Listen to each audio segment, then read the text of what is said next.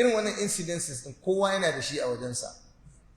Duka wannan ni abin da nake ɗaukar sai gaskata mana abin da Qur'ani ya gaya mana da abin da hadisi ya gaya mana, saboda akwai wanda ba su yi imani da unseen ba, abin da duk ba su gani ba su yarda da shi ba.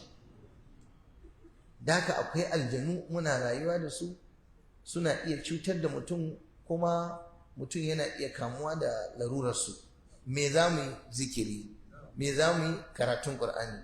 Akwai addu'o'i da ake ta yi, akwai magunguna da ake shafawa, duka malaman ruqiyya duk sun yi bayani. Don haka ku lazimci karatun Qur'ani da yin zikiri wa 'ya'yanku, insha Allah za su warke. Insha Allah za su warke bi idhnillahi ta'ala. In an samu dama sai a zo za mu ba da shawarwari da za su taimaka. Kuma ana yin ruqiyya ko karatun koran aljani, ba shi mutumin ne yake koran aljanin ba, ba shi mutumin ne yake koran aljani, Qur'ani ne yake koran aljani. Kuma za ka yi mamaki ka ga tasirin Qur'ani a aikace. Ka zaunar da mutum kurin yana da larura aljani, ka fara karanta Qur'ani kana yi a zuciyarka, kana jin ra'anin Allah sa ya tasiri, kawai sai ga mutum ya fara canjawa. Wani yana ihu, wani yana tsalle, wani yana ya isa, dan Allah a kyale mu, dan Allah zan fita. Ba shi bane, aljanin ne. Ashe Qur'ani yana da tasiri a kansu. Da wasu suna karyata, amma yanzu gashi nan har a bidiyo ana nuna. Da haka akwai aljanu kuma suna shiga jikin mutum.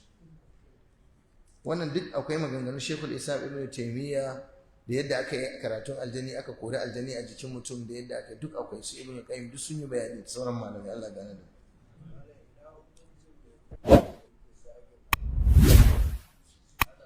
to gaskiya ne, ita ruqiyya jama'a ilimi ne mai zaman kanshi. Ita ruqiyya duk wanda bai yi ilimin ta ba kai ya je yayi, duk da ita addu'a ce, to amma addu'ar ta hada da wasu ayyuka. Ka karanta, ka nemi masana su koya maka. Akwai littattafai akan ruqiyya, akwai wanda suka shafi sihiri, as-salim al-battar, wiqayatul insan, al-manhaj al-qur'ani, wane ne ayatul shifa, ayatul adab, ayatul kaza, duk gashi nan. A'radul jin, alamomin gane aljani a jikin mutum, da interview da zaka yi mutum in yana da shafan aljani za ka gane, da kuma a'rad asna al-qira'a, alamomin da zaka iya ganewa kana karatun Qur'ani. Alamu da yawa, babu lokaci gaskiya da sai mu ta muku bayanin wasu dan abin da muka sani.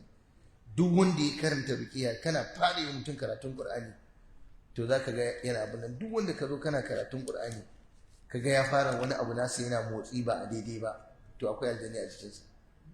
Ana zama kawai ana karanta Qur'ani sai kaga ya fara haka, ba fa tafiya yake yi ba, yana karkada, ko ya fara haka yana karkada yana zakami, ko bai yi magana ba, ko yana kallon ka, to shedanu ne a jikinsa. Yana iya faruwa, ko ga ana farawa sai sulub sai tashi sai gudu, shedanu ne a jikinsa. Yana iya bayyana. Akwai alamomin sihiri wanda duk ka zo kana masa karatu sai ka ga yana ta kuka haka kawai, to sihiri ne.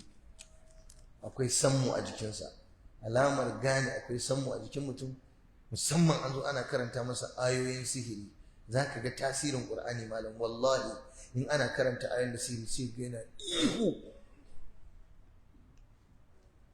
Sannan ba sharadi bane in kana yi mutum karatun aljani sai aljani ya fito ya bayani, a'a, ko bai fito ya bayani ba, akwai alamomin da suke bayyana a tattare da shi. Allah ya gane da mu.